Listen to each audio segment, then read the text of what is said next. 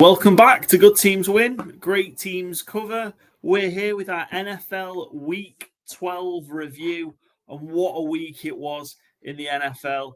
Chaotic endings, comebacks galore, 3 overtime games. Week 12 had absolutely everything.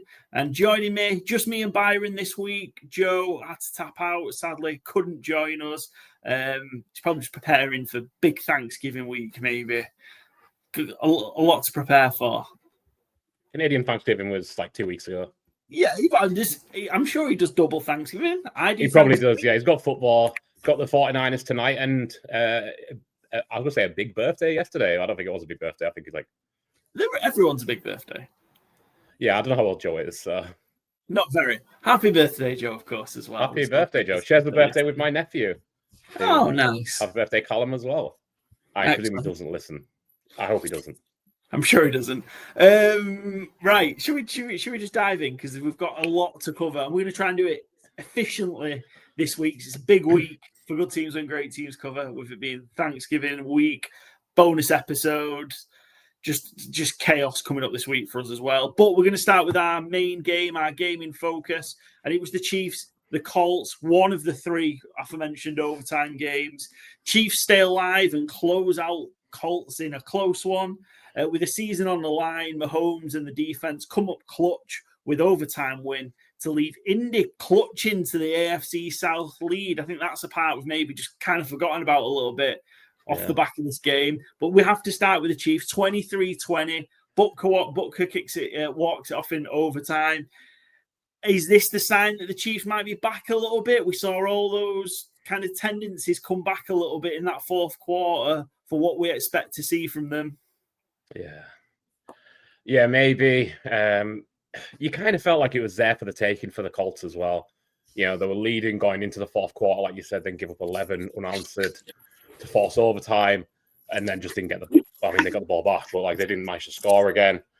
And it's kind of just feels exactly what Kansas City needed to do, and they go out and do it. It didn't feel to me like they were the better team in the game.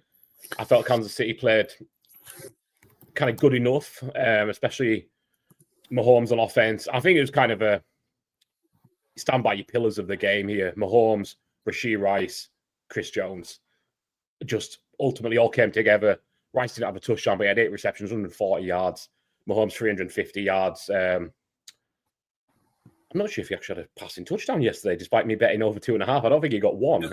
Reception, but yeah, 29 for 46 for 352. And even Kareem Hunt over 100 yards. You know, he had a run early in the game. And like, you know, this is what is wrong with the Chiefs. They should have went and got Breece Hall. They should have played the 3rd round rather than the 4th round. Then they'd have like a real offense for this final stretch. And then Kareem Hunt goes 30 carries, 100 yards and a touchdown. I'm like, okay, yeah, I don't know. You know, they constantly go back to Kareem Hunt over and over and over again. And every time he kind of bails them out with these big performances when it really matters.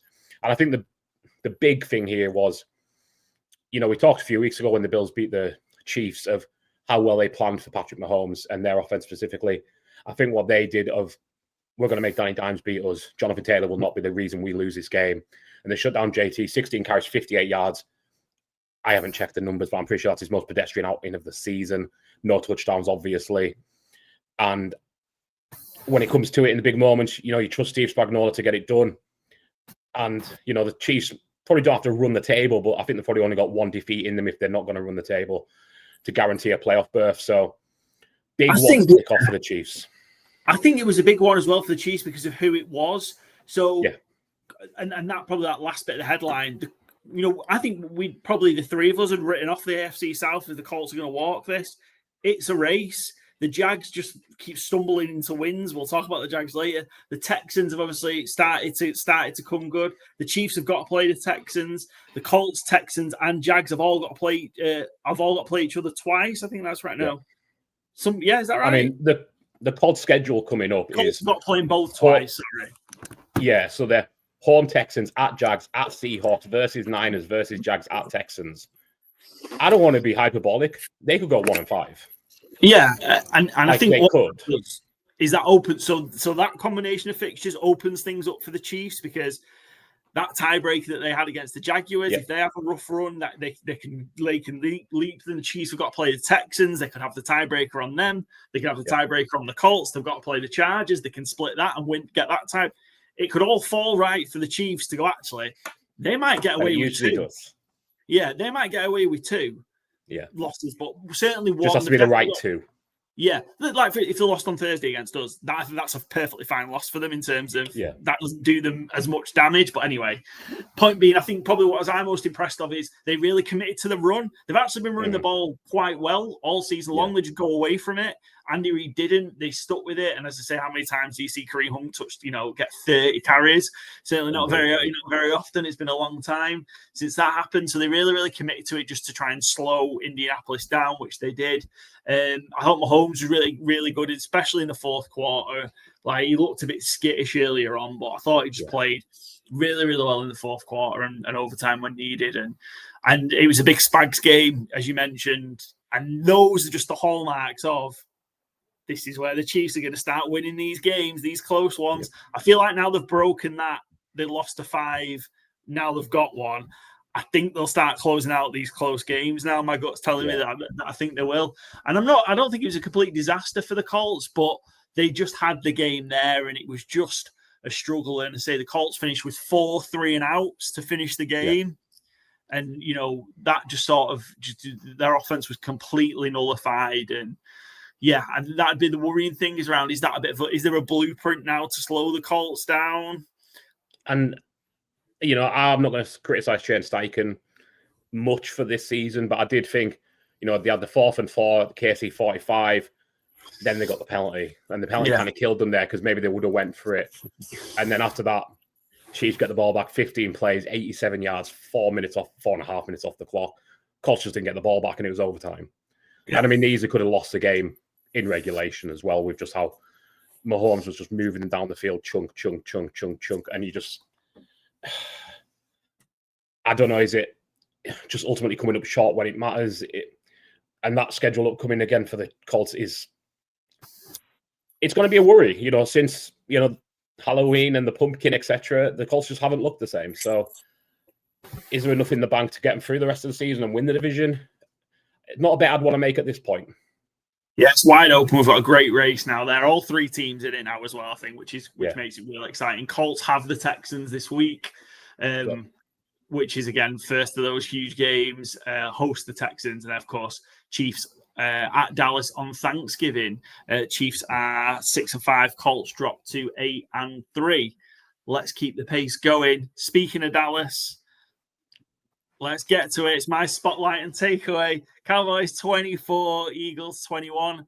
Cowboys comeback sets table for Thanksgiving.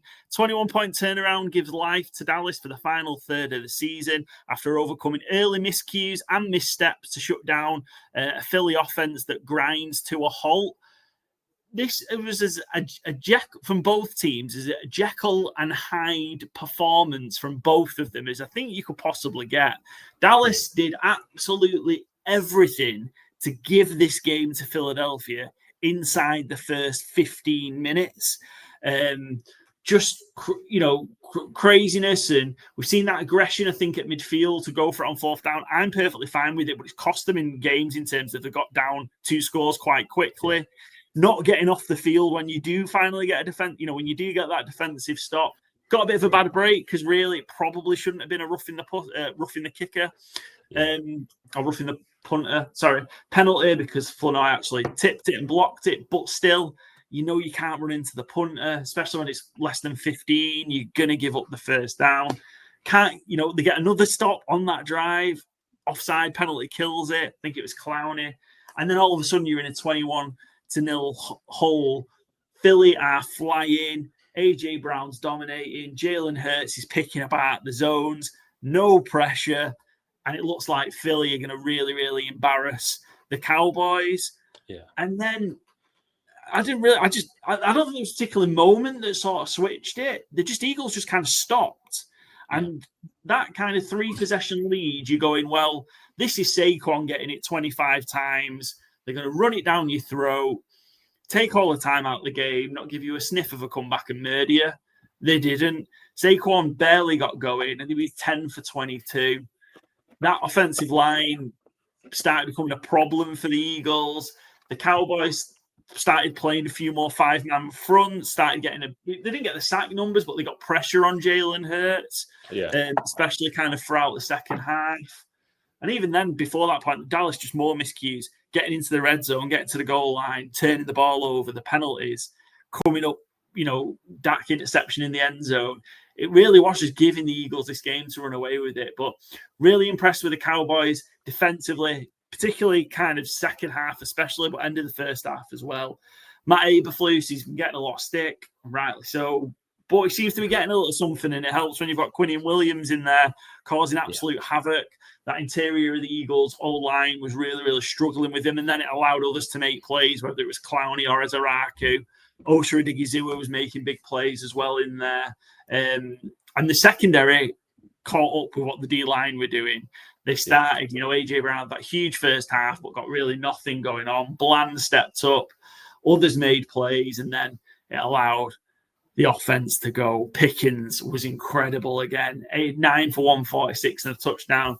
Dallas even overcame CeeDee Lamb's drop problems that reared their head again against the Philadelphia Eagles. 11 targets, only 4 receptions for CD, which is a stinker. Personally, I had Pickens and Lamb 5 receptions, over 70 yards. Lamb ended with 4. He catches any one of them easy ones that he dropped, and we're catching a nice little 3-1. But anyway, it was just insane, and they get it done in the end. Aubrey, with after coming back again, Aubrey, it was whatever the Cowboys had, he caught it because he missed a simple kick for him. Came back and nerves of steel for the game winner. Unbelievable stuff. And the season's alive now, and that's what we wanted. And I suppose that's what we called for in the preview. That I sort of said, the NFL world needs this, needs the Cowboys to win this game, because you've got the Chiefs on Thanksgiving. Cowboys are on prime time again against the Lions the week after, Christmas Day against the Commanders. And if the Cowboys could just win one of these 2 games against the Chiefs or the Lions, that's all. They're just right in the mix. Because the NFC wildcard race ahead of them is just about to become chaos, because they all play each other over the next few weeks while the Cowboys sit out of it. Very interesting. What did you make of it? Sorry, because I appreciate I just babbled on there. I was as stressed as I've been in a long time watching a Cowboys game. Yeah. I mean, I wasn't really stressed in the first half. I was just annoyed. Which is like, okay, I thought I had the Eagles to cover. I didn't think it'd be this bad, but it's always got that potential with Dallas's defense to be a blow-up game in the negative sense. And just to add on to your bad beat with CeeDee Lamb there, I had Devonta Smith to go 7 or more catches, 90-plus yards. He was 6 for 89. So, so that was on 11 targets. Come on, Devonta. 1 catch, 1 yard short. So that stung. That was a 5-1 double that didn't come in, obviously. But that's fine. I don't care. Nothing matters after a win like that. George Pickens. I remember I was thinking about this on that show with RJ in the summer, and he was asking us, would you sign George Pickens to an extension? And my analogy then, I stand by it, is, when you play, especially best ball drafting, draft like you're right. If you draft Bijan Robinson, don't draft Tyler Algier. Draft someone else's handcuff. Draft like you're right. If you draft T. Higgins and Jamar Chase, we'll definitely draft Joe Burrow and maybe Joe Flacco. But you wouldn't draft Joe Flacco because you're right. You're drafting Joe Burrow. It doesn't always work, but that is the principle. And now, what are Dallas going to have to pay George Pickens come February, March, other than if they'd signed him in August? I think there's a problem from now almost. It's gone too well. He's played too well, because he's going to want wide receiver 1. He's going to want top-end wide receiver 1 money. Because at the minute, I think there's only Jackson Smith and Jigba that's got more receiving yards than him, and there's only Amon-Ra and Devontae Adams that have caught more touchdown passes than him. Maybe JSN now has also got 2, didn't he, the weekend? But either way, he's in that top tier of absolute. And crucially, he's the only one that's out of contract. Yes. Absolutely. Like the wide receiver 2, I think, in contract years is take your pick of Wan'Dale Robinson or Alec Pierce, who are both good talents, but neither of them are Devonta Smith. Well, neither of them are Devonta Smith. Neither of them are George Pickens either. And I dare say nor is Devonta Smith. Which might be a bit disrespectful. But he has shone. And I push back on a lot of the narrative in the summer of George Pickens is a nuisance, is this, that, the other. He didn't have any police charges. he was maybe a bit of a diva in a terrible offense. Okay, if that's the worst that we've got on him, I'm going to be happy with Dallas signing him. I was then, I would be now. The problem is, as per usual, Jerry drags his feet, and realistically, you're looking at franchise tag or mega contract in the summer. So I think franchise tag is where we're going, just because the Cowboys are going to need a bit of time, I think, just to try and rework a lot of things. They've already started talking with Aubrey about, he's going to reset the kicker market, no doubt. And so they've got a lot to sort out, and they probably didn't. Again, I agree that they should have just signed him to a contract at the start. Like, you're confident you're making the trade for him, you expect him to be good. I had no way he would be this good, though. To be fair, he is unreal. I mean, he's past Lamb now. He is Dak's one, because he's the one he trusts. He's the one he goes to. Not that Lamb's had a bad day Sunday. It's weird it was against the Eagles again, though, which is really strange. But 9 for 9 for 146 and a touchdown is exceptional. Like, there was no room for improvement there. Every single thing he caught came his way, gets a touchdown, and he's just dominant. He goes down the field, and in Pittsburgh, it was like he just makes these circus catches and not much else. In Dallas, he does everything they want him to and makes circus catches and bodies cornerbacks and makes them break their ankles. And who was it over the middle? Who was it that went to on the drive for the game-winning field goal over the middle, the slant? It was Pickens. And he showed as well a lot of his after the catch ability as well, which again is just something that probably was not really talked about. Was never used in Pittsburgh. Yeah, because he was just put up those huge passes. But just great stuff all around. And they're alive, 5-1. They're alive. And I think that's given kind of how things started off and where we got to, especially maybe after that Monday night game against the Cardinals a couple of weeks ago. Yeah.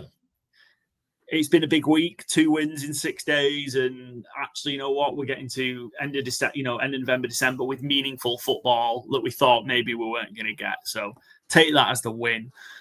Win one of these next 2, beat the Chiefs or Lions, beat them both preferably, beat one of them, and you've got a real chance to make a run of this thing, because that schedule eases off. It's the Vikings, it's the Chargers that have been struggling, and it's the Commanders and it's the Giants. You can be looking there. If you can win 5,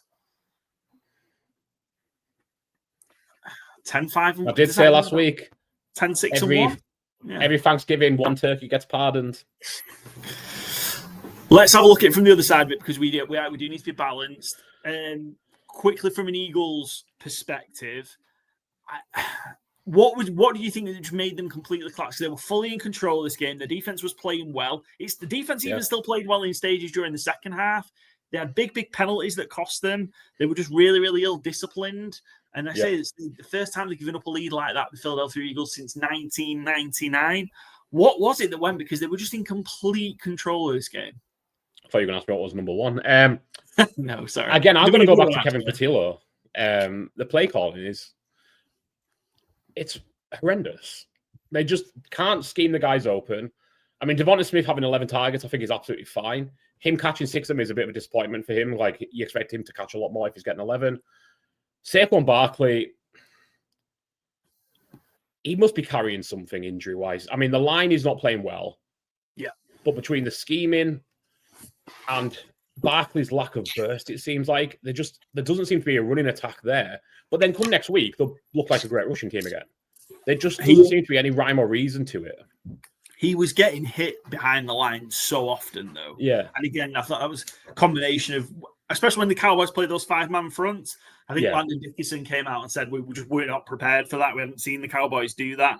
And they did it a bit more last week against the Raiders. But they've started to do that now. They've got Quinnen Williams, and they just stopped the rush. It just completely stopped. And you had the big bodies of Osa, Kenny Clark, and Quinnen Williams there. There was just nothing in between the tackles, where it's been so easy to run on the Cowboys. So, just so many times Barkley was hitting the backfield, which again, so hard when you like to get stopped, even for him to, make positive plays. That admission from Landon Dickerson again kind of speaks to the Kevin Patillo of it. Okay, well, if that's an issue, fix it. It's all and good. Like, we didn't prepare for it. We didn't do it. Fix it on the fly. The great OCs don't just watch their team lose a game because they haven't prepared for something. Work it. Like, it's like Dallas got an extra man. They're just running a different front. It's not something you haven't seen from someone else before. Like, it's not the wildest scheming in the world that defeated him.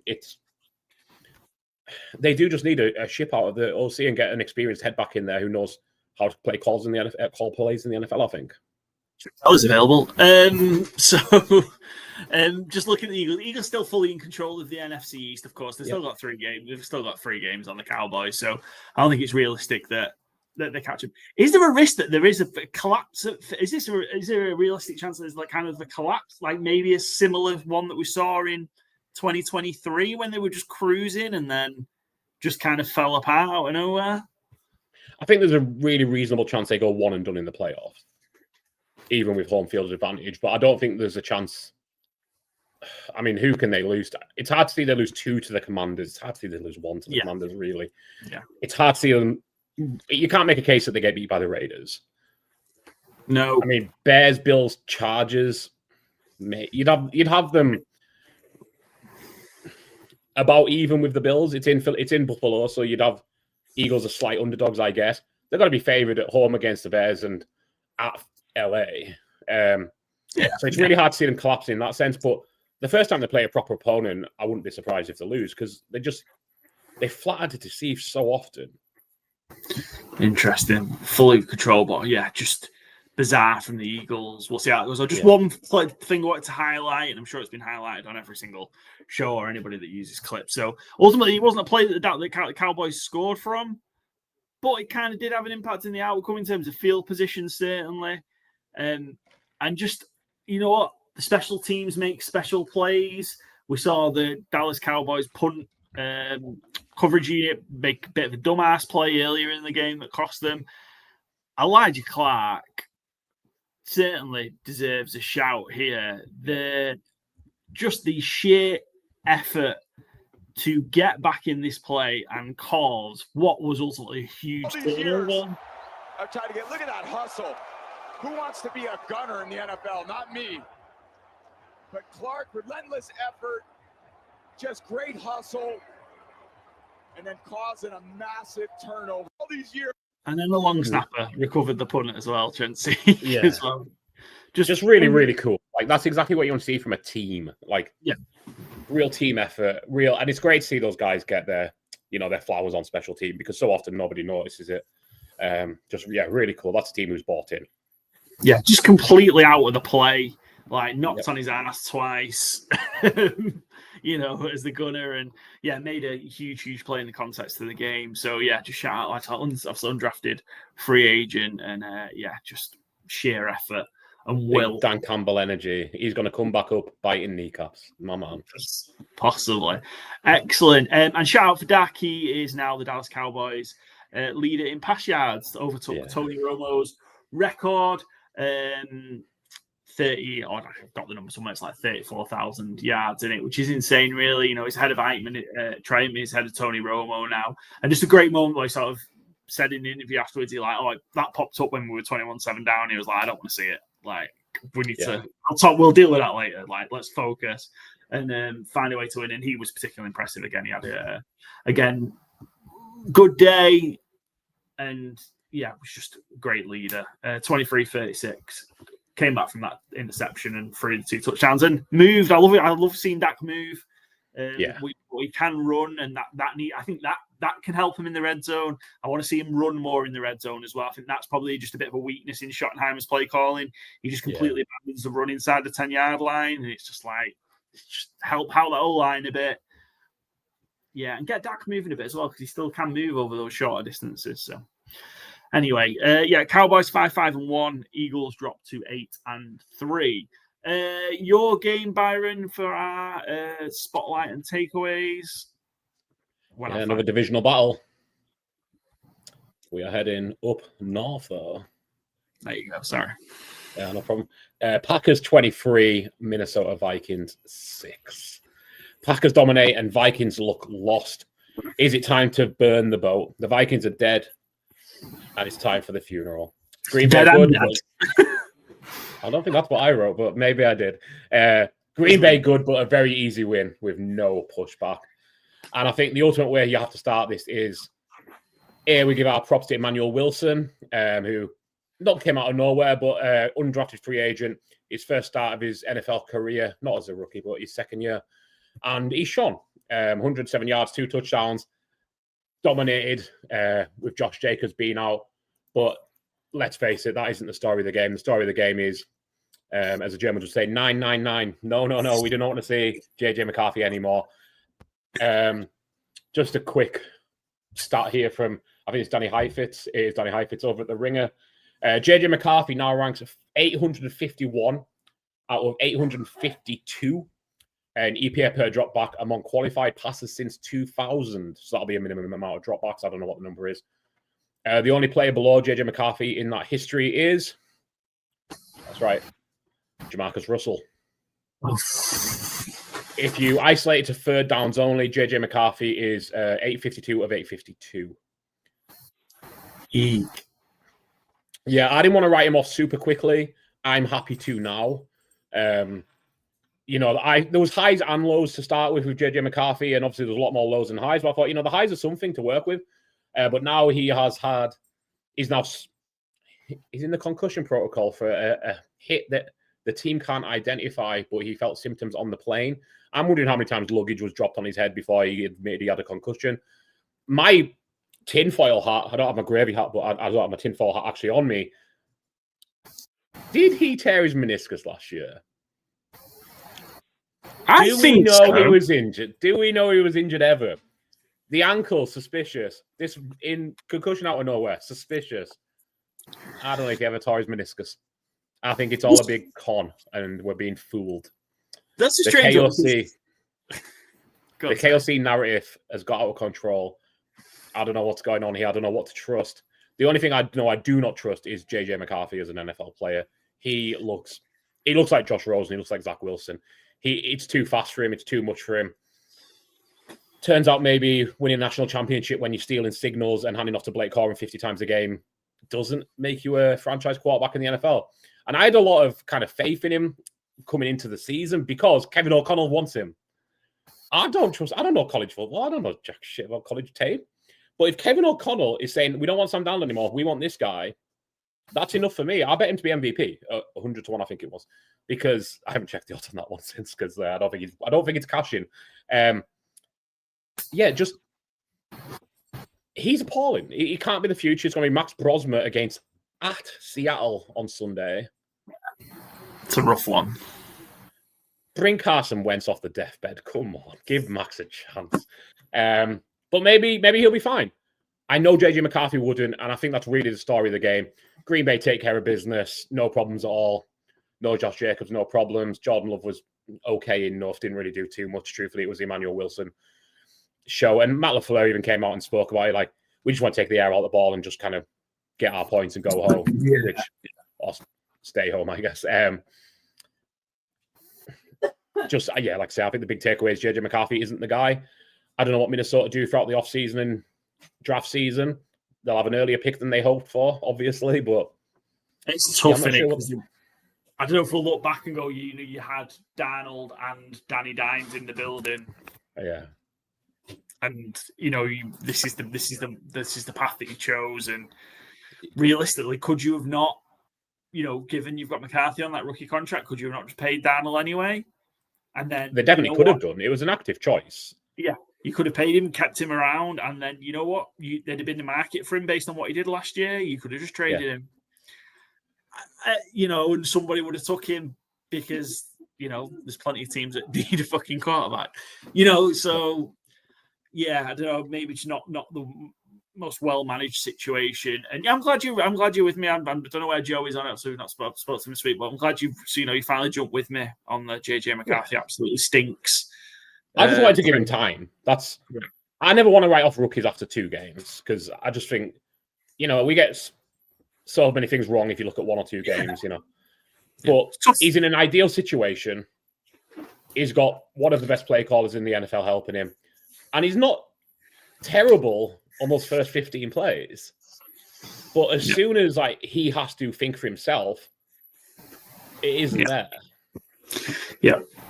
And I stupidly took the Vikings plus 6.5 in this one, just on the basis of less the Vikings, more the Packers have been terrible as big favourites so far. They were 0-6 as ATS as more than 4-point favourites so far. And actually, the Vikings were sticking around in this one. I should have brought the play up to not cut the guy who touched the punt. Miles Price, I think. Was it Miles Price? Cut him. I think so.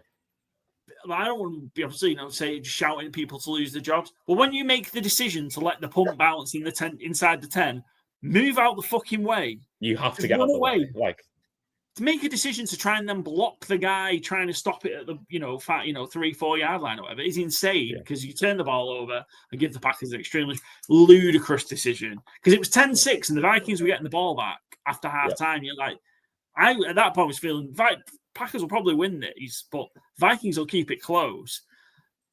Insane stuff from the Vikings. Just cut that person. Anyway, moving on. Packers are Thanksgiving 7-5-7. What are the Packers? 7-3-1, aren't they? Is that right? Yep. 7-3-1. Yeah. There you go. It looked like a 5 on my screen there. I knew you said 7-5-1. I'm like, and I was like, that we're not at that many weeks. No, it's 3. It's just a small screen. My bad. Packers go to Detroit on Thanksgiving, and Vikings go to Seattle on Sunday, and that's brutal. With whoever's going to end up playing at quarterback is rough. So best of luck. 10-point underdogs already. That's just going to get bigger and bigger, that number, I suspect. Right, into our weekly overreaction. Again, this is a team that's cropped up for me a few times. I do not like what's going on with the Detroit Lions. I really don't all. Maybe I should do from a Cowboys wildcard perspective, but just in terms of the Detroit Lions, it's messy. It's not good. 34-27, they beat the Giants in overtime. Lions limp to OT win and dodge Giant bullet. Good, not great. I might walk back there. I think they're a good team take. Gibbs gets Lions out of jail with 264 yards, 3 touchdown day. Winston and Robinson give Detroit all they can handle, but fall short of a huge upset. Also, I'll start with the Lions because that's the overreaction. I'm worried for them. This was a mess from start to finish from Detroit. They were getting carved up all over the show by Jameis Winston, who only completed 50% of his passes, but went for 366 yards. Wan'Dale Robinson looked like, a top wide receiver one. He was over 100 yards in the first quarter. They were hitting him for big play after big play. You know what? The Giants should absolutely unload the clip. That's what they should do in this situation. Kafka was letting him, the wild plays and the flea flickers and all that. That's what you should do in this situation. But the Lions just had nothing. Defensively, they were so poor. And then, obviously, Amon-Ra had a great game. But Jahmyr Gibbs got them out of this situation, just breaking big play after big play, because Goff struggled. Numbers-wise, he looked okay, but Goff struggled through, I thought, a really bad interception. Yeah. Oh, that old line's a mess. Again, that's rearing its head from earlier in the season, these problems. And I want to see the old line's a mess. It's hard when Gibbs has run for 200 yards to say your old line's a big problem, but it is a big problem. Yeah. And he's just a transcendent player. I think Dan Campbell maybe needs to step away from the offensive play call as well. I think he might have made things worse than better. So a lot to unpack for the Lions, but I think they're in big trouble. I think they could fall to the Packers this week. They're behind in a race. Someone can get a tiebreaker on them next week. And it all just might start falling apart for the Lions, which I never considered that they could be in danger. 7-4, maybe they've got too many wins already. But it's just a mess from the Detroit Lions at the minute. Flip side, Giants were off. This is literally the perfect scenario for the New York Giants. They were awesome. They were so much fun. Jameis, whatever you think of Jameis, he's so much fun on the football field. Incredible. Just gives you absolutely everything he's got. Led this team up and down on the Lions. Hell, he was even receiving the goddamn ball, which we'll show you in a second. Reminded me of a Jonah Lomu kind of style play. Incredible stuff. And probably, again, this will be disappointment for the Giants in terms of that's another lead, 10-point lead in the fourth quarter. They've not been able to close out, and crazy. That's another one that they've given up. And I've got a Giants mate who wasn't very happy that Kafka went for it to try and kill the game. Absolutely the right call. You could go 2 scores up, given the short field goals that we've talked about, no good. Go 10 points up again, kill the game, make the Giants, make the Lions drive from the 1 yard line. The right thing to do.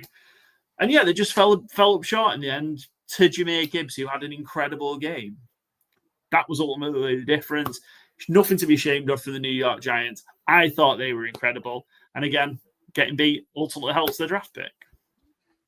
Yeah, and I don't think the way they lost harms Mike Kafka's chances of getting the job. It's always, I think, hard to give it to the interims a lot of the times. Like, it never feels like a good decision.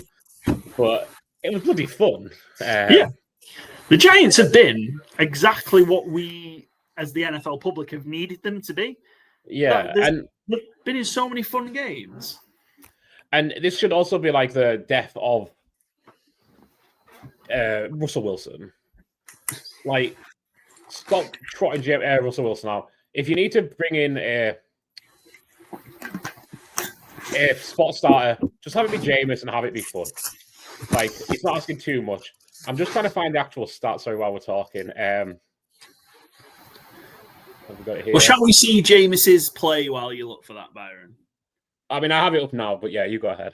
Let's go. We'll show you Jameis's touchdown reception first. Outstanding stuff. Now we hear him. Another trick play as Olszewski throws. It's caught. Olszewski with the pass into the end zone for a Giants touchdown. Jameis Winston. Just outstanding stuff. Absolutely outstanding stuff. He sat down the linebacker. It was great. And the finger roll in the end zone as well, which was just incredible. Outstanding stuff. I have my stat now. This is from Scott Barrett over at Fantasy Points Data. So percentage of carries going for 10 yards or more in the NFL this year. Tyler Huntley, number 1, 45%. Wow. Number 2, Tank Bigsby, 30%. Number 3, famous Jameis, 28.6%. Yards per pass in the NFL this year. Number 1, Sam Darnold. Number 2, Drake May. Number 3, Jameis Winston. And now we get to the big boy shit. Yards per route run. Number 1 with a bullet. Jameis Winston, 33 yards per route run. 100% touchdown rate. The question is, do you have him as a quarterback, running back, or wide receiver? Tough decision. Yeah. Real tough decision. And somehow can't start ahead of the fucking corpse of Russell Wilson. That should have been enough to fire Brian Daboll. Yeah, that's fair. Just quickly, probably the one disappointment in the theme in all of these Giants losses is the bit that's supposed to be the strength of this team, and the bit that's ready now is that pass rush. That should be what closes these games. Every single one. Cowboys, Broncos, this one. There's probably another one I'm forgetting. That pass rush is supposed to close those games out, and that pass rush is ready-made. That's not, we need it to develop, and it's not doing the business. That would be the worry for me for the Giants moving forward, just because that's the bit that's supposed to carry you, and it's not at all. I don't know if you've seen the breaking news today, though. If Shane Bowen is the issue there, Shane Bowen will not be the issue any longer. He got fired this morning. And I did just want to touch on kind of the pass rush as it alludes to your general larger point about the Detroit Lions. If you get pressure on Jared Goff and you can touch Jared Goff, his performance goes to shit. I don't have the numbers, but I have my eyes on this one. And upcoming, it's Packers. They'll touch you. Cowboys with Quinn Williams in there now. That front will get to you. Rams, no, nothing need said. Steelers, Vikings defense even. Yeah. Theirs to finish the season. Each of them, Montez Sweat, Dallas Turner, maybe not like the biggest names in terms of production this year, but improving units. And for those last two, Vikings and Bears, opportunistic defenses as well. If Jared Goff starts throwing out a rhythm or off his platform because he's worried and he's stressing, again, the Lions aren't going 0-6, but they could lose any of these games, and it wouldn't be a surprise because them defenses can all get to your quarterback. And if he's lost confidence in that O-line, Jared Goff is not a man that you want to have lost confidence in his O-line, essentially, is what I'm getting at. Yeah, I'm worried for him because it's a rough ride. I think obviously you got beat by the Vikings, 2 weeks ago? Was that last week? That was last week, right? 4 weeks ago. 4 weeks ago they got beat by the Vikings. Sorry. Yeah. Yeah, so I worry them going to the Vikings in week 17 if they need something, depending what obviously their situation is. That Bears game in week 18 is going to be huge. Don't know if it's going to be for the division. I think it's going to be likely for a playoff spot. And yeah, we'll see. So yeah, I just think they've got a real rough run now. And this, for me, they still don't have a signature win. Maybe that Bears win in week 2 looks a bit better now, but obviously the Bears were just kind of starting out. They've had to put 50 on the Bears and the Ravens won, maybe, but they don't really have a signature win. And any kind of top team they've come up against, they can't, I suppose, they beat a good Bucs team. Any kind of the big teams come up against, they're falling short, and that's what I worry about when they're going through. You know, they've got the host of Packers, they've got the Rams, they've got the Bears to finish off as well. I don't think the Cowboys one's a gimme either as well. Cowboys coming into full field isn't going to be an easy game for them next week as well. So yeah, a lot to be worried about, I think, if you're a Detroit Lions, and that's my overreaction of the week. Byron, yours? Yeah, staying in division. It's big NFC North touch at the minute. Bear down? No, Bears up. 4 wins in a row. 8 out of 9 since that Detroit defeat you just mentioned. Top of the division coming into crunch time. Ben Johnson showing why he was one of the hottest head coach candidates in years. Can they hold on? Let's get to the game itself. But 31-28 win over the Aaron Rodgers-less Steelers here. I thought they were really impressive. Caleb Williams, 239, 19 and 35, 3 touchdowns. DJ Moore, 5 receptions, 2 touchdowns, 60-plus yards. And Luther Burden as well got... I won't call him Luther Bliss every single time. 346. It got spread around. Colston Loveland got a touchdown as well. And I'm almost going into hot take territory here. Are we sure Tyler Warren's better than Colston Loveland? Yeah, is right. We'd have to break that down here, but I think it's worth having in the back of our minds as we enter the end of the season. Now, Colston Loveland is fit, which he wasn't at the start of the year. Since through 12 weeks, the Chicago Bears lead the NFL in pass block win rate. I think what Ben Johnson has done for this O-line, obviously they brought players in, but he's also strengthened them as players, especially the rookie tackle, Ozzy Trapilo, who made his first start left tackle yesterday. I thought held up pretty well. Caleb still had his brain fart in the end zone, which you have to hope he's getting out of his system. And it's getting better. Over the weeks, it's getting better, but he's not perfect, obviously. I mean, the list of really good quarterbacks in the NFL, I think, is shrinking like the list of really good teams in the NFL is this season. Maybe by the end of year 2, we'll feel differently about Caleb Williams, but still some issues there, obviously. But I just thought they took care of business really well. There was no panic in the Bears. And I think they were 3.5 points. Maybe they didn't cover yesterday, but I just thought they kind of took care of business they needed to really well. It wasn't an outstanding performance, but I think it was just really good. I think they just came together well. Their line's playing well. And I think, yeah, like I say, if you take out the brain fart, not easy to do because it's part of the package. Caleb Williams was really impressive again, and I think it is kind of just like arrows up for the entire offense right now. Yeah, I thought it was a good day for them overall, and weirdly for the Steelers kind of live on that big play, changing the momentum, getting a touchdown. If you got that from a Steelers perspective, you were thinking, okay, well, they can be in this game. They've got that big play. TJ Watt overtook JJ Watt as a person with the most sacks in the Watt family. And JJ Watt was also on commentary for CBS, I think. So, yeah, that was kind of a cool moment. But, yeah, you kind of got what you wanted from a Steelers perspective. They just were never good enough offensively to be able to do any real damage despite a really good day running the ball. But, yeah, really, really impressed with Chicago again. Somebody, again, maybe we've not touched on and talked about as well. Former Cowboy, Nashawn Wright, another interception. I think that's 5 so far this season. It was a great one on the sideline as well. Unbelievable catch. He's playing, again, I think what was probably I was most impressed about with the Bears, they did this with linebackers down, cornerbacks down, second. So many injuries in that defensively. And that's what I thought was so wild for an Arthur Smith offense who highlighted tight ends so often. If you look at Mason Rudolph's passing map from yesterday, it's all down the sidelines. Why are you not throwing it down the middle of the field where, they have nobody covering? I thought I was going to get a call yesterday, truthfully, to come out of retirement. But, it didn't come. And, I don't know why the Steelers didn't attack that avenue because, the running backs got going, no problem. And you think Jonnu Fryer move? Yeah, just didn't use him.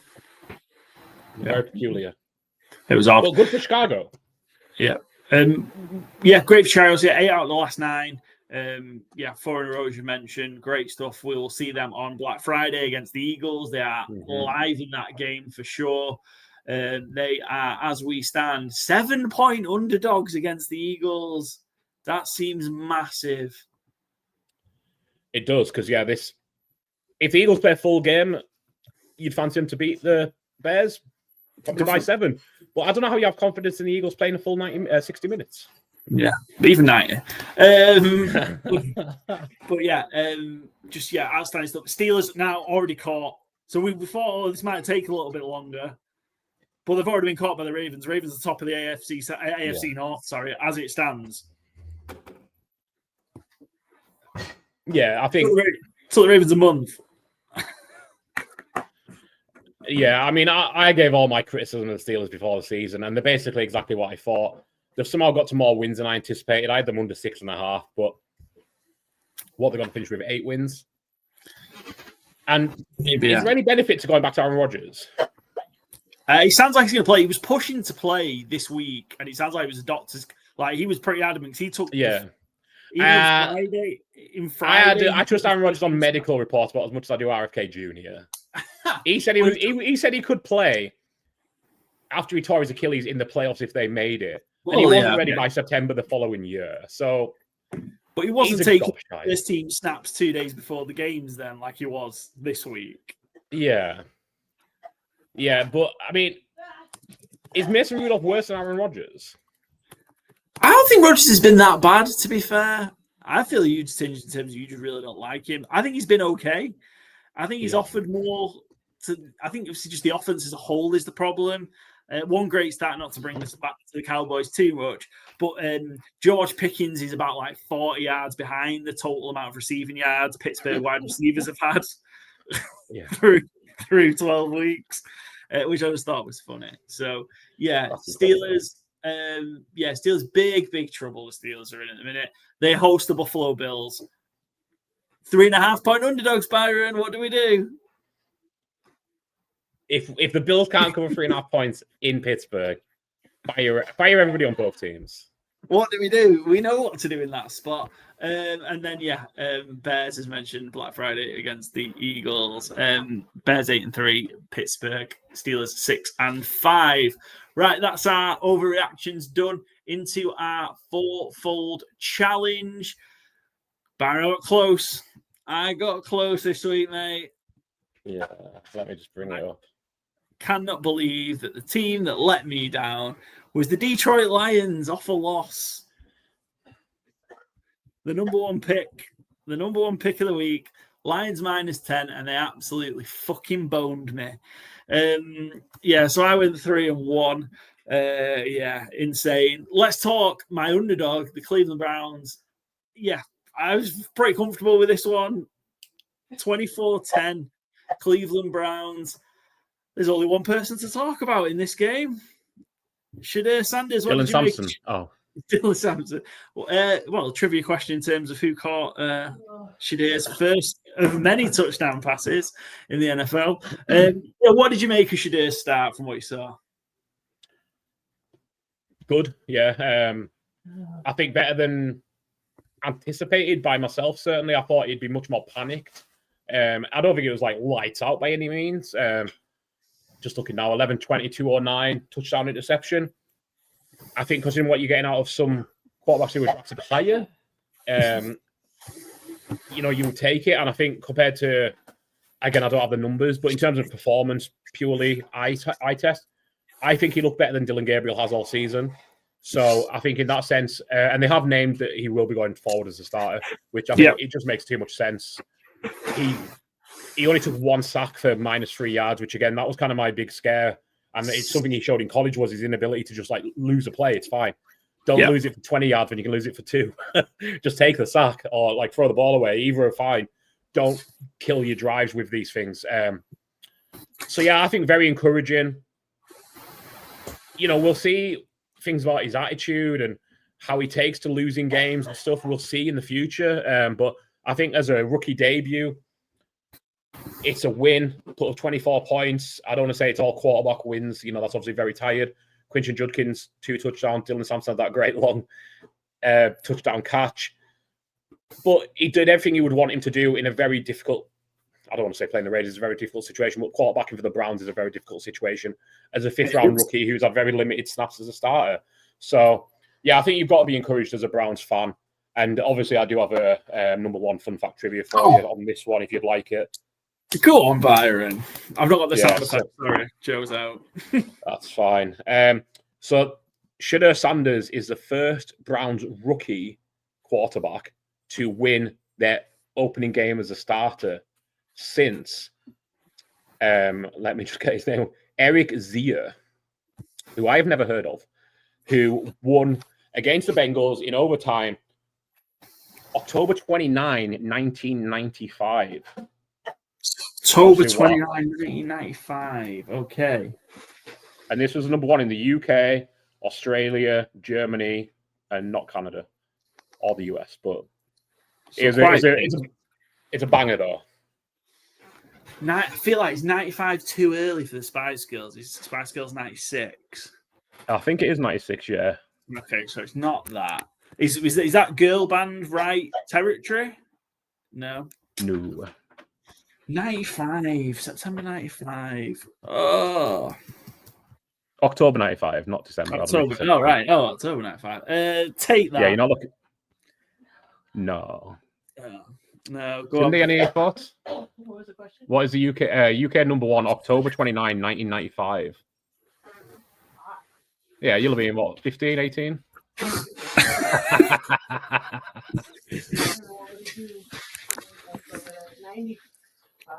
I'm sure there's a big song here as well. Oh, Hanson and Bop. It was not Hanson and Bop. What did Cindy say? By TLC. It was not something by TLC. It was Coolio, Gangsters Paradise. Oh, what an absolute banger. Absolute banger. Last time a Browns rookie quarterback won their opening game as a starter. Pre-Browns. What a film. Yeah, Bill Belichick was his head coach. Wild. Yeah, 17. Is now dating women who weren't born in 1995. Outstanding. 17 games in a row, yeah. Browns quarterbacks making their first career starts were I lost 17 in a row. So yeah, shout out Shedeur. He also broke another little bit of another horrendous run for the Cleveland Browns as well. That was the first time the Browns had won on Pacific time since 2012. That's insane. That's wild, yeah. I don't know how many games that is, but it's certainly a long time. It's going to be a lot, isn't it? Thinking about... Well, them and the Raiders are often going to be the four. Yeah. Raiders, Chargers, Seahawks. Whoever else is outside. In madness. Brandon Weeden was quarterback last time. The Browns managed to do it. So, insane. Do you want to hear a fun fact about Brandon Weeden? Yeah, we've gone way deep into Browns quarterbacks here. Well, yeah, lay it on me. Brandon Weeden, this has changed a little bit since I posted it last week, but I'm going to stick with the original number. Brandon Weeden was 30 days older the day he's drafted than Sam Darnold is now. Sam Darnold is in his 8th NFL season. Yeah. That's an unusual path to the NFL, did Brandon Weeden. Yeah, I'm done now, though. You can move on, I'm sure. I might throw something else if you throw another name at me, though. MLB to college football to the NFL, just madness. Right, should we just... Shedeur, as expected, very confident. After the game, should we have a little listen to what he had to say? Let's go. Shout out Sports Center via CBS for this. Win is crazy. It's amazing, off of 1 week of practice, you know what I mean? Just 1 week of practice. So imagine, what a full offseason look like. It get dangerous. But it's just a 1 week of practice. So I'm just truly thankful, that everything happened. Win is crazy. You know what? He's going to rub a lot of people up the wrong way. I think he's absolutely brilliant, and long may it continue. He just brought a spark to the Browns yesterday that they've been missing for so long. Myles Garrett on record watch as well. Does he need 4.5? 4.5 to beat Strahan's record? He's on 17, right? Oh, he's on 18, yeah. 18, 6 games to go. I think he's going to do it. Gino doing his best to help him along as well. Gino took 10 sacks yesterday. Yeah, 10 sacks, which is madness. Garrett's got 14 sacks over the last 5 games. He's going to get DPOY on a 4-win team. Yeah, most sacks in a 5-game span since they started recording the sack as a stat. So yeah, Browns won outright 24-10, 3-8. Vegas 2-9. So they fired the special teams coordinator the other week. They fired the OC. I think DC and then Carroll's next probably before the end of the season. What's the point? Yeah, I think Pete Carroll will fire anybody who doesn't have the surname Carroll until he's fired. He never ever fired a position a coordinator or special teams coach, and he's in season during his entirety of his time at Seattle, and now he's doing it in less than a year. Welcome to Vegas. Yeah, cool. Right, enough of that. I had the under in Ravens Jets. Ravens did exactly what Joe said they were going to do and won by 13 when they were 13.5-point favourites, which boned you if you obviously bet them like I did. But I also got the under for my fourfold. Sadly, it wasn't for a winning fourfold. What I read about the Ravens, I think they might just be taking a long time to kind of round into form, because we're used to seeing them dominate the regular season then suck in the playoffs. So we're just going to see this the other way around, where they're going to struggle through and then come alive in January. I wouldn't say I'm hugely confident, but I don't think they're going to need to be as good as they would in prior years either. So that might play to their benefit. But I don't think they look as good as they have in prior years, certainly. Whether they can turn it on come January. I think kind of like a sneaky issue is, what is Derrick Henry? Because in terms of like fantasy, certainly. In terms of like fantasy, he's getting by because he scores touchdowns. His play is not Derrick Henry-esque right now. He always gets better as the year comes to an end, as it gets colder and defenses tire, I think. Hopefully we see that come in December, because he doesn't look like it in November. So I think Lamar's playing hurt. I think Derrick Henry is looking not quite his age, but closer to it than he normally does. So hopefully those two can right themselves back between now and January. And hopefully we get a good Ravens in January, because they don't look like a Super Bowl winning team right now. Well, let's talk about Lamar being hurt. If he was trying to hide it, he might give the game away during his post-game press conference. Shout out Jameson Hensley. He's the ESPN Ravens reporter for this clip on X. I feel like we just need to execute, a lot better. We get a great field position, but we're not putting points on the board. That have nothing to do with no injury. Just need to put points on the board right there. When you guys So just that clip is Lamar talking about the game. He's in a comedy full body cast. Yeah, I don't know how else you would possibly describe it.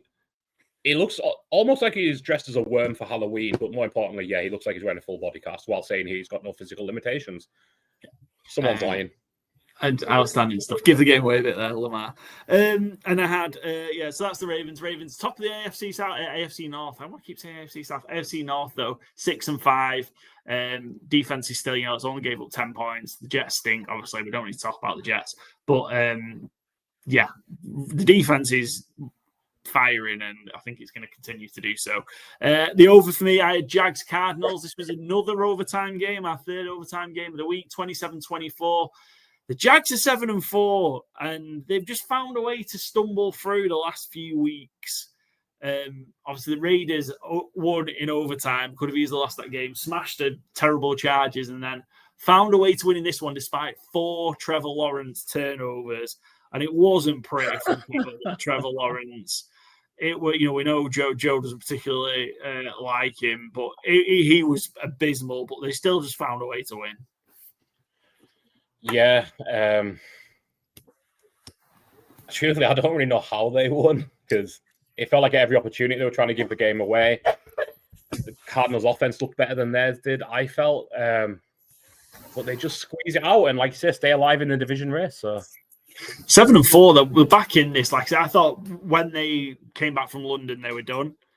After that, just kind of that run that they had, I thought they were absolutely done. They looked abysmal against the Seahawks and the Rams. I thought this was not the team that we thought it was. But the dugout wins. Brenton Strange was huge back from injury. Yeah. He had just short of a 100-yard game. That's another reliable target. Jacoby Myers got going a little bit as well. He got a touchdown. Travis Etienne, a relatively big game.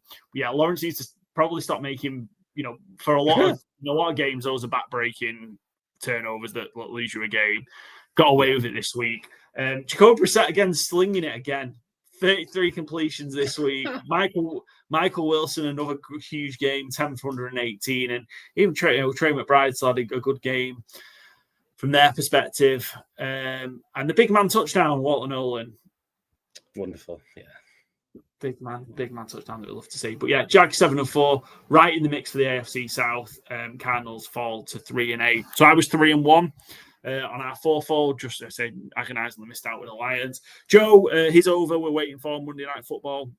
He's got Panthers, Niners over. He had the Patriots as his favourite. And look, Packers were the biggest favourite to cover this week. No 7+ point favourite. And there were a lot of them covered this week. Patriots, Seahawks, Ravens, Lions. The Niners are 7.5 point favourites going into Monday Night Football. I'd be a little bit worried if I was Joe for his Niners. Choose your own adventure, I guess. Did they win and cover, Byron? Panthers win and cover, no problem. Excellent. Choose your own adventure. Panthers go top of the division with a win. Yeah, which is in madness. But yeah, New England 10-2. Squeezed this one out against the Bengals. This wasn't pretty as well, but again, found a way to win. Is that an encouraging sign that things didn't go as smoothly as they have been going, but they still found a way to win for the Patriots? I think so, especially this season, and especially we being the Patriots, who, I had them making the playoffs, but I don't think anybody had them realistically beating Buffalo for the division. If you can just rack up these wins and get yourself home field advantage, maybe the 1 seed in a bye week, maybe. I mean, it's not out of the question. Just take it. I don't think they're in a position to turn the nose up at any win. I think this is kind of a bonus head start year for Mike Vrabel, instilling his culture and his way of wanting to be a Patriot. Drake May is obviously an MVP candidate. Take the wins where they come, yeah. There's plenty of good teams have lost to plenty of teams who are 6 or more point underdogs in a week. So, yeah, I think, is it the best win of New England season? No, not by a long shot, but just take it. They were fine enough to win. They deserved the win. I don't think they were fluky in any way. Just a close game. A couple of bits probably for the Patriots. That left side of the offensive line is now banged up. Will Campbell came out. Luckily, it's not as bad as first feared. And also the guard, I forgot his name, left guard, also rookie. Yeah, I know who you mean. I can't tell you his name. Also injured, but again, they're not expecting him to miss much time. But I think both likely out next week. They've got Monday Night Football against the Giants, so maybe just benefit of the schedule in there. That might get a bit of an easier game potentially, and hopefully get them back afterwards. But yeah, 6-0 on the road, real impressive. Jared Wilson. There we go. Forgot that we've got that. Yes. And Christian Gonzalez still 100% on the season. Unbelievable stuff. Yeah. Impressive. And then, Bengals at least doing the right thing. They're giving us Joe Burrow for Thanksgiving. Yeah, something to be thankful for. Yeah, absolutely. Hopefully he hits the ground running. It'll be a great game. You just want those two offenses going at each other. Raven flying. That's a great defense to get flying against. And Burrow, he'll have Chase back, but no Higgins, who's in concussion protocol. There's no way he's going to make it out by Thursday. No. Sadly. Took a very bad bump. But yeah, Bengals fall to 3-8, Patriots 10-2. Close to closing. I think obviously the Bills the game this week, which we'll talk about shortly. Very close to closing that AFC East off and winning the division already. Probably can seal it against the Bills in a week or two time, I think. They've got the Bills. Yeah, they've got the Bills after their bye. So yeah. Possibly then to seal it. Next up, we're under Vikings, Packers, which we've already covered. Joe took the Falcons to beat the Saints as 1.5 point underdogs, and they did very comfortably. 24-10. The Falcons can't make an outside run at the NFC South, can they? No. Okay, cool. 24-10. Cousins played this week, obviously with Penix being out for the season. Had a pretty solid day. And yeah, it was just a real comfortable win all around from the Falcons. Obviously, that defense too good for the Saints. And yeah, just Saints not good enough, really, to be able to keep this one close at all. I have nothing else to add. Nothing else to add. Saints dropped to 2-9. Falcons 4-7. A couple of games back in the NFC South. Over 40 for you, Byron. In Seahawks Titans. This was another big favorite that didn't cover. Seahawks were 13.5-point favorites. Ended up being close because the Titans scored right at the end. But JSN, awesome. Any worries that the Seahawks let the Titans score 20-odd points on them? I know one was a special teams punt return. Was it a punt return? I think it was a punt return, wasn't it? Yeah. Is there worried that the Titans got a bit? Because the Titans have been putrid on offense. Yeah, I mean, it certainly doesn't bode well. It's not what you want to see. But again, in this kind of season, I'm just kind of tick. The Seahawks defense has generally been a good bet this season. They still won the game. I think if they needed to put the foot on the gas a bit more, they could have done and would have done. Not saying that's a good way to approach games, but I think that's kind of the truth of what would have happened. I think they are probably the most non-quarterback dependent team in the NFL, though. If anything happens to JSN, the Seahawks are done. Yeah. Unbelievable. He set the Seahawks season franchise record for receiving yards, beat DK Metcalf's previous record, and he's still got 6 games to go. He is well on pace for now. He's trending for over 2,000 yards again with this big game. 8 receptions for 167 and 2 touchdowns. Incredible stuff. Seahawks 8-3, bounced back to that loss to the Rams last week. Just another quick JSN one. This is from Jared Smoller at Draft Sharks. JSN's 1,313 receiving yards are already the 24th most by a player over the last 5 seasons. He has the 127th most targets in a season over that span. That's 12.3 yards per target is unbelievable for a player putting up 1,300 plus yards. I don't know if he's the best wide receiver in football, but I don't know who I'd take ahead of him. Yeah, unbelievable stuff. Yeah, 80 receptions on 107 targets, I think is incredible, really.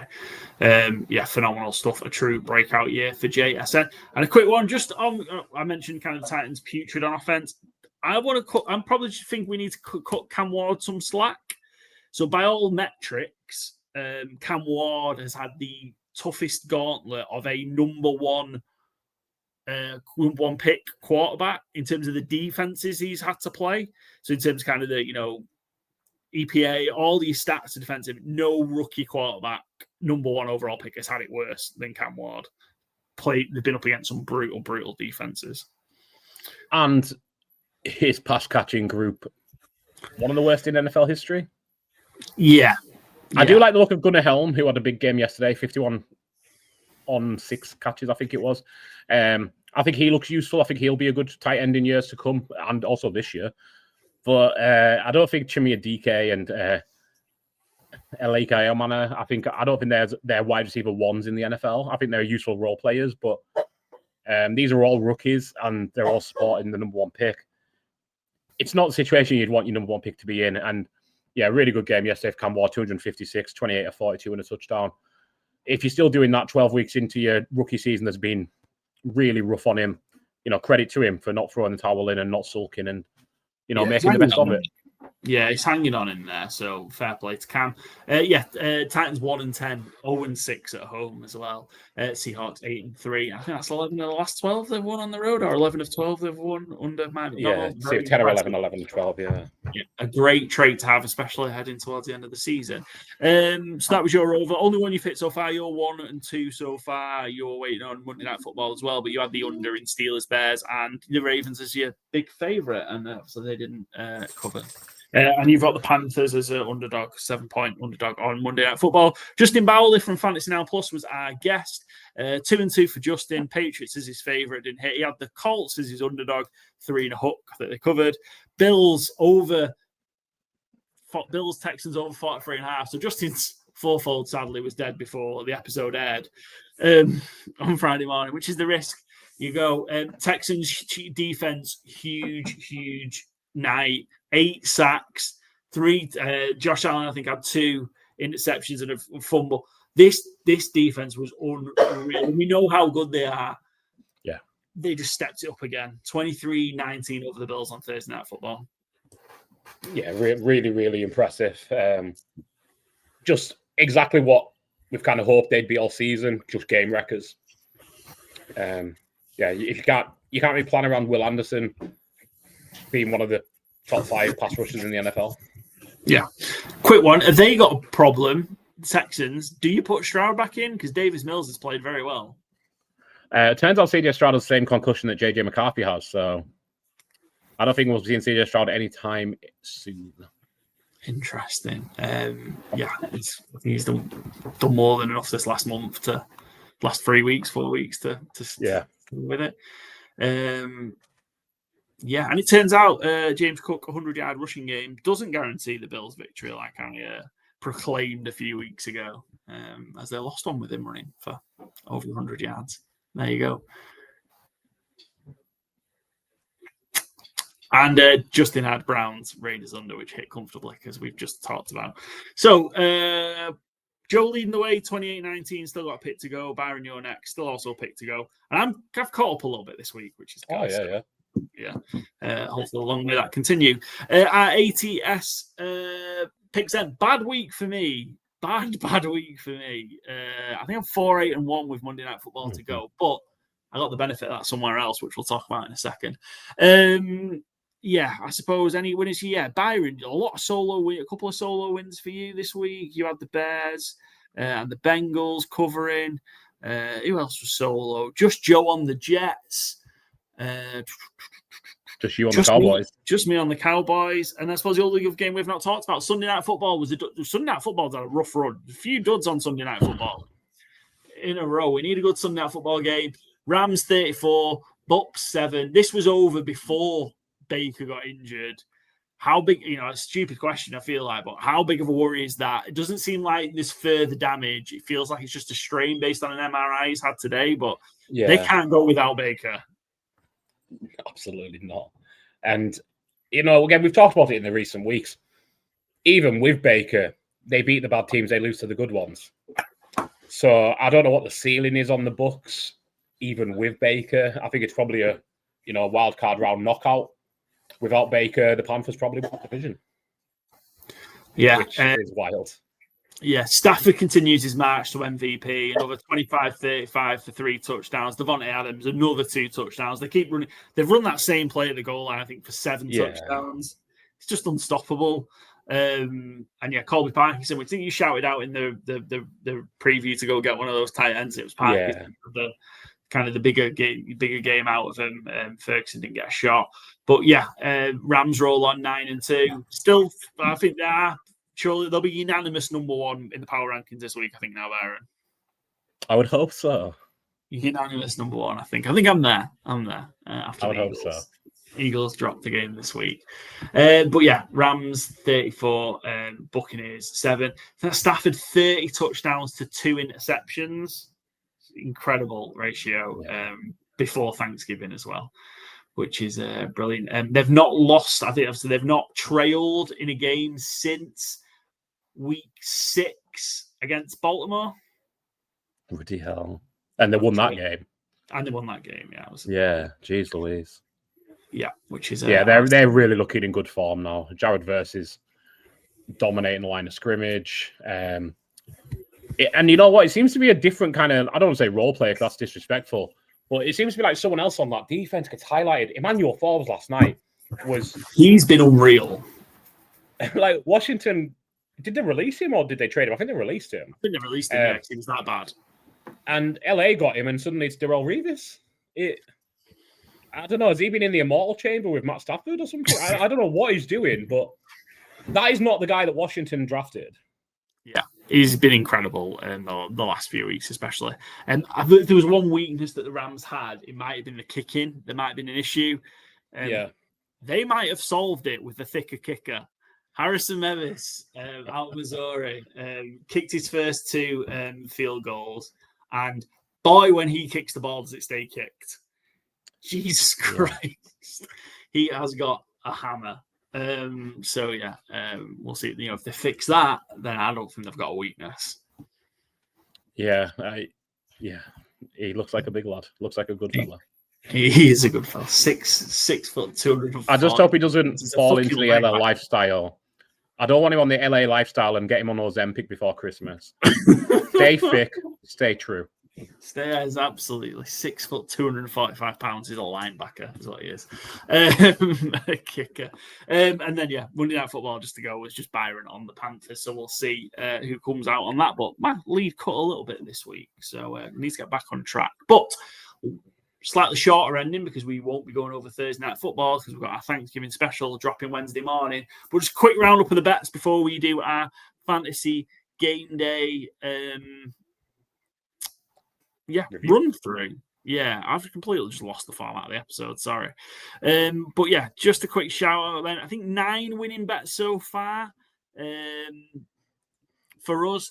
Few big ones though, which is of course what we're after. But yeah, 9 winning bets. But we still have Monday Night Football to go, so there'll be more.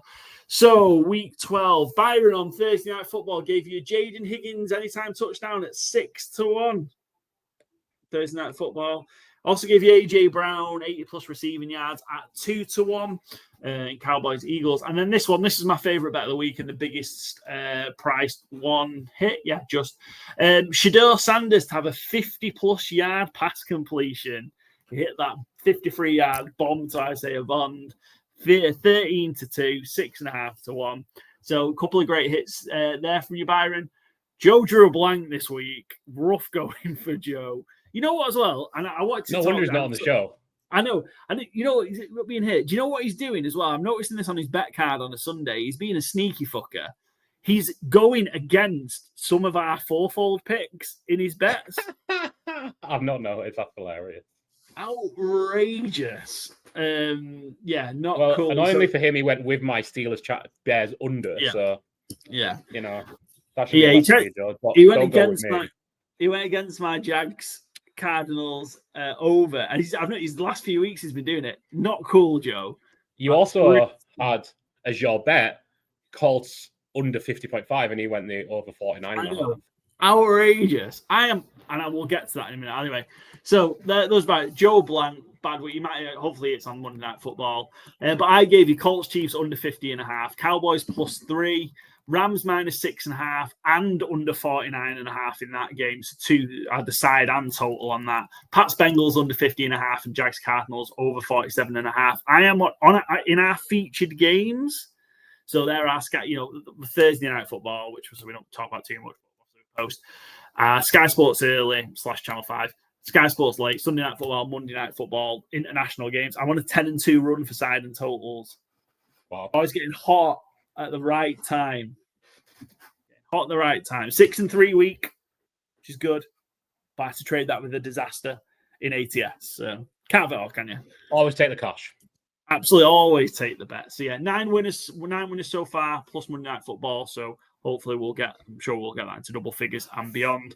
And yeah, we've got a big Thanksgiving betting week coming up because we're pretty much going to have to bet every single game because of us previewing them all. So it could be a good week, could be a bad week. Please gamble responsibly, everyone. Right, last bit this week, Fantasy Game Day, the UK's best and fastest growing NFL daily fantasy platform. Go and join it now. Use promo code COVER. When you sign up for the first time, you'll get a free play to the value of £7.50. Once you've entered the lineup for the first time. Winner this week, week 12 winner. I think this is someone who changed their name at least. Yeah, Blood Clartian is what we're going for. Congratulations. Monster score, 265.64. Huge score this week. Gibbs is captain, unsurprisingly. Jameis Winston is a cheaper quarterback option with 32. Derrick Henry, the touchdowns, as you mentioned, for just short of 23. The Wilsons, Emmanuel Wilson for the Packers. Popular choice. We all had Emmanuel Wilson in our lineup this week. And Michael Wilson, again, off the back of last week. AJ Brown, the squeaky wheel got the grease again. Got there. Ramondre Stevenson, the only bust with 2, and then Hunter Henry with his two touchdowns for Hunter Henry, 24.5. I think it was, wasn't it? So yeah, monster lineup and a monster score. I think that's the biggest score we've seen in the £3 game so far this season. I think so, yeah. I had 4 of them players. You cashed as well, so congratulations, your lineup cashed, Byron. Yes. Sweet, we'll take it. I mean, if I'd captain Gibbs instead of Amon-Ra, I might have cashed for even more. Yeah. Well, not might, almost certainly would have done. But yeah, I'm pleased to see I got 4 of these players, and at least Henry was my shout on the show for running back tight end. Yeah. Obviously, I transitioned away from Joe Burrow because he didn't play. But yeah, I mean, great week for the blood clot, and yeah, good week for our tips. Yeah. Yeah, well done. Yes, he had Amon-Ra captain, Drake May, Gibbs, Wilson, Emmanuel, and Michael, Luther Burden, Tooten, who probably was the one that let you down, and Henry. So yeah, great shouts all around. Yeah, 715 and 1 touchdown for Henry. Sorry. So yeah. Great effort all around. Plenty of fantasy. Great week to join Fantasy Game. Maybe if you've not joined it, there's going to be a Thanksgiving Stars. There's a Black Friday standalone game. It's just so much going on. So come get involved and sign up. Use that promo code, and yeah, you'll get free entry after your first play. You've got to be 18 years or over in the UK, and of course, please gamble responsibly. Right, longer than planned as they always are. Thanks for joining us for our NFL Week 12 review. Lots to say, lots of action this week, lots of great games. So there's lots to go over. So thanks, Byron. Just a Joe this week. Joe will be back with us for our Thanksgiving preview. So check that out. That'll drop on Wednesday. So you've got Wednesday. Maybe listen to it Thursday right before the game start and get some bets in. But do that responsibly while you're cooking your turkey or whatever. I'm going for the ginormous turkey leg is what I usually do. It's going to be fucking incredible. Follow. Podcast available on Apple Podcasts, Spotify, Podbean, Overcast. Also the video version on YouTube. And follow us on all the social channels. That's where all the bet posts are. So make sure you are following along. That's where you get your winners at GTW_GTC on Instagram, X, TikTok, and Blue Sky. And we'll see you tomorrow for our Thanksgiving preview.